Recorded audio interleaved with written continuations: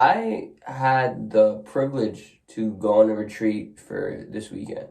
So I left Friday around 2 to 3. The drive down to the retreat was about 2.5, 3 hours with traffic, obviously. And we stayed there for 2 nights and we came back today, Sunday morning, Sunday afternoon, I should say, right around noon, little like 12:30, 1. And what I got out of this experience was truly priceless. Just some more background information about the retreat itself. There wasn't any Wi-Fi, so I didn't have the luxury of shopping on the internet. I didn't have the ability to do schoolwork, check up on emails, and I didn't have any service either, so I couldn't call anyone. But I was fortunate enough to be alongside some people my age. They were good friends of mine, and the entire retreat, including staff, was maybe about 30 people, 25, 30 people. I was with the other members of my university, and we had a really good time just not only doing team building activities to understand who we are as people, but we also kind of went a little deeper into that. We did certain activities that allowed us to understand the way we think, why we think a certain way, and why we kind of are the way we are. One of my favorite activities was just filling out this form, and on the form you have to kind of rank the characteristics that were provided on a scale from 1 to 4, and 4 being which were most aligned to yourself, and then 1 with that, and 1 towards the ones that do not align with you whatsoever.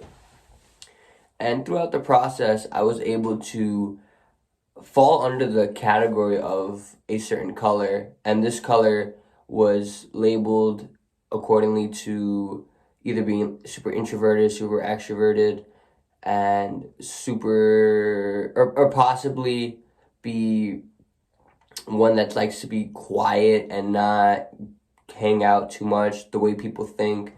And I was placed in the group with the other students that tested to similar results as I did. And it made me realize that there are a bunch of other people that have the same mindset and the same way of thinking as I do, and I should befriend these people. And once we were put in these groups, our job was to come up with a dream vacation. And we created the vacation accordingly. And the way my group was, especially based off the personalities, it was a lot of spontaneous thoughts, more so figuring out, okay, where we want to go, should we do this, that, what should we wear, what should we bring, stuff like that. And we were able to come up with a really good list on a bunch of different activities we should do. The sightseeing, the food tasting, the different beaches to go and test out. And once we were done, our group presented. And then once we finished presenting, the 3 other groups, which were comprised of the other students that play similarly to one another, they spoke and they talked about how they would plan it, where they want to go, how far in advance they plan it, the budgeting, stuff like that. And it made me realize that in order for any of these vacations to go according to plan and for it to be as maximized as possible, you would need one from all of the 4 groups. You would need that extroverted guy, the life of the party type of guy.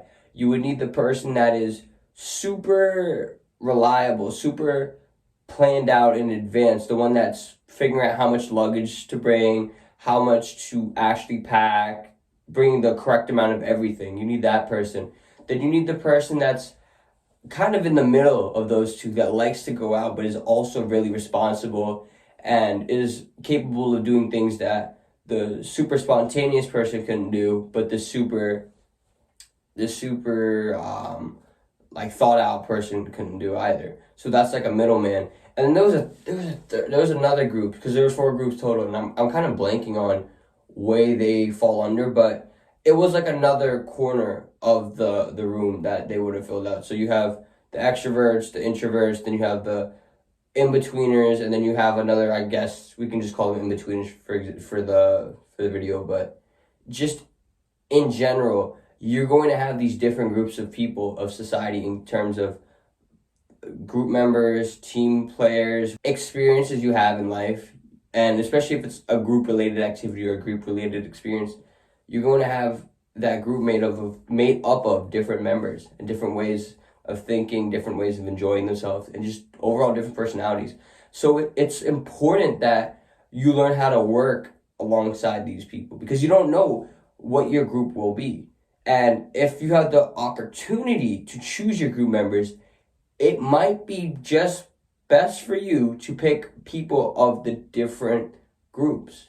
That way you don't have a bunch of spontaneous people that are going out on a trip, because if you don't have that one person that's responsible in planning the event, figuring out how much people need to bring, the correct gateways and terminals to attend, the vacation might not go as according to plan. It's important that you have these different group members and these different pieces to the puzzle, because if you put them all together, they all fit. But the moment you take one out and try to replace it with the same piece that's already in play, the puzzle no longer connects. And as a result, the outing just isn't as fun.